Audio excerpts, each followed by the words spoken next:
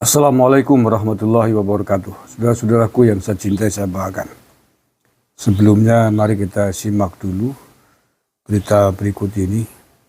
Pernyataan berbeda terkait dengan perkembangan hak angket.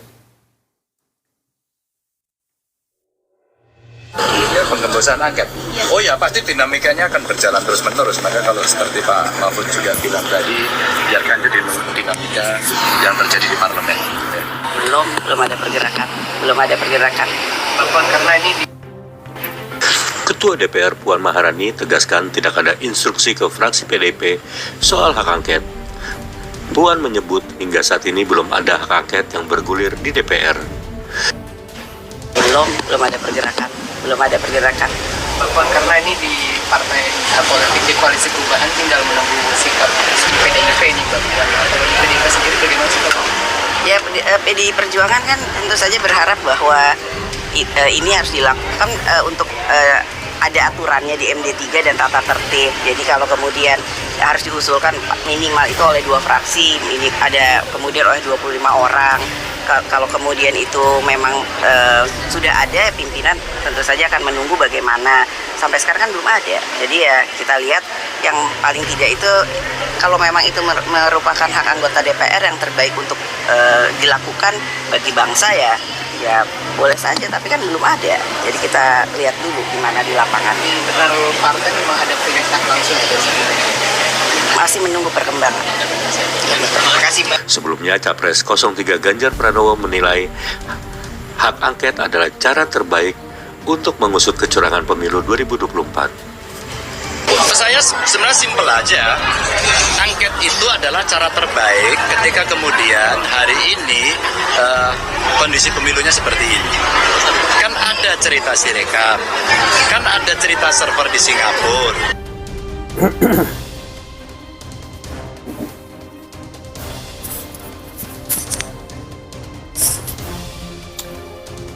Dengan perbedaan pendapat yang cukup tajam antara Ganjar Pranowo sebagai capresnya PDIP dengan Puan Maharani yang tidak lain adalah ketua DPP PDIP. Ada yang mengatakan bahwa Ganjar Pranowo mulai ditinggalkan oleh PDIP. Kalau Ganjar Pranowo ditinggalkan PDIP, itu yang menuntut sidang ke Mahkamah Konstitusi, protes menuduh pemilu ini curang, sistematis, masif, dan tetek mengek. Itu siapa?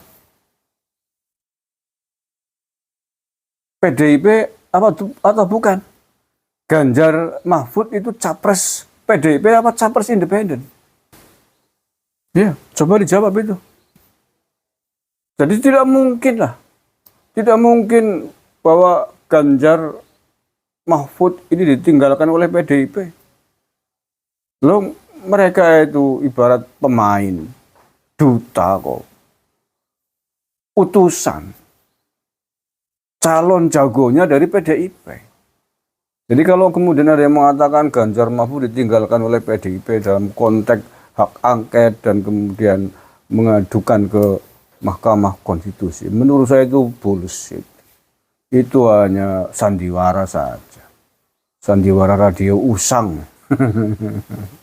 Jadi karena Ganjar Mahfud itu utusan, petugas partai. Capres-capres dari partai PDIP. Semua orang di Indonesia itu tahu, dari yang paling desa sampai yang paling kota tahu. Kecuali Ganjar Mahfud ini capres independen, tidak diusung oleh partai lah. Kita bisa memahami bahwa itu adalah kepentingan 2 orang itu dan timnya. Loh, ini capres dari koalisi PDIP kok.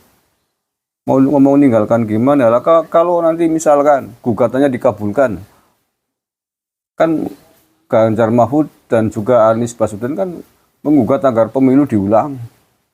Nah, kalau kemudian gugatannya dikabulkan, diulang, mau pindah partai apa gimana? Terus Ganjar Mahfud mau dari partai apa kalau kemudian dikatakan ditinggalkan oleh PDIP?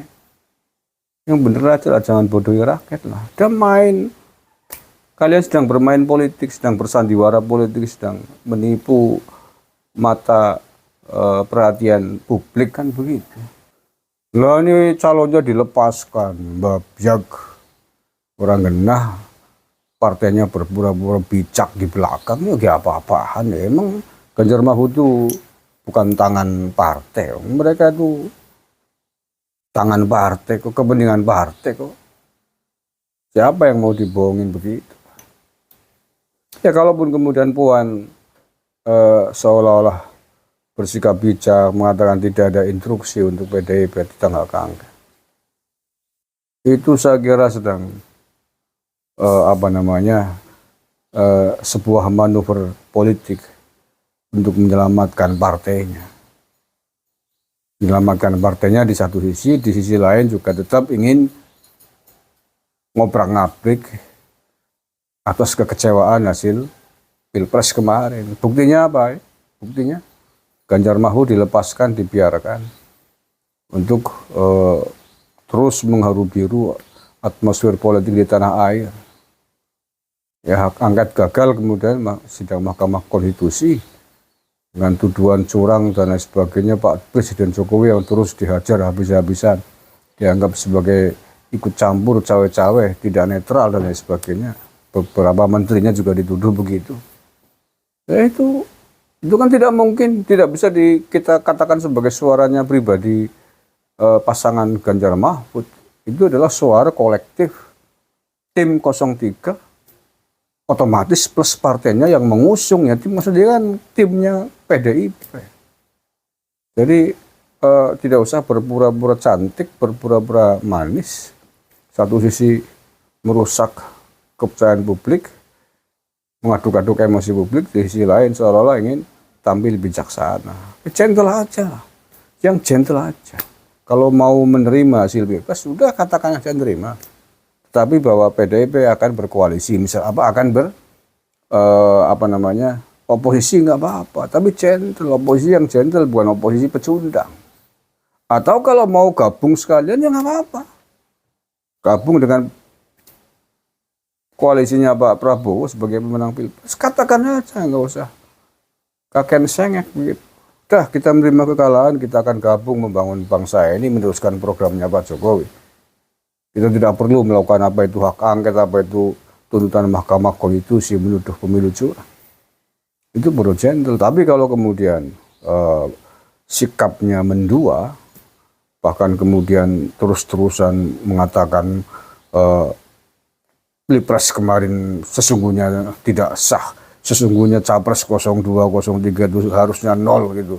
Itu ya hati-hati. Anda menantang perang dengan tidak hanya dengan Pak Jokowi, tapi juga dengan Pak Prabowo Subianto yang dikatakan tidak mendapatkan suara, dikatakan dapat 0 oleh tim kuasa hukumnya 03. Padahal 96 juta pemilihnya Pak Prabowo Anda nafikan. Anda anggap tidak ada, itu sangat menyakiti perasaan Prabowo Gibran sebagai calon presiden, wakil presiden yang akan duduk nanti, sekaligus menyakiti 96 juta lebih pemilihnya Pak Prabowo. Hati-hati, PDIP akan berhadapan dengan ini semua. Ya, Anda tidak boleh lari dengan berpura-pura baik di mata publik dengan sikap-sikap menduanya Puan Maharani itu. Kita pahami bahwa apa yang dilakukan di sidang Mahkamah Konstitusi plus lawyer itu adalah dalam kurung sama dengan suaranya PDIP. Itu tidak bisa kita pungkiri. Karena Ganjar Mahfud, Timnas 03 adalah miliknya PDIP. Jadi semua apa yang terjadi, apa yang dilakukan oleh mereka di sidang Mahkamah Konstitusi plus resikonya adalah resiko partai politik PDIP. Kita akan melihat pertarungan pilkada serentak akhir tahun ini. Kalau terus-terusan begitu, pasti akan dibalas oleh publik, dibalas oleh rakyat Indonesia untuk mentelanjangi, menghancurkan suara-suara banteng. Kalau memang betul-betul terang-terangan kuda-kuda menantang hasil pesta demokrasi ini, 96 juta pemilih Pak Prabowo dianggap tidak sah, dianggap 0, itu kan sama saja menantang perang dengan mayoritas pemilih di Indonesia yang telah menentukan kemenangan bagi Pak Prabowo Gibran. Oke ya, itu saja saya kira. Terima kasih. Assalamualaikum warahmatullahi wabarakatuh.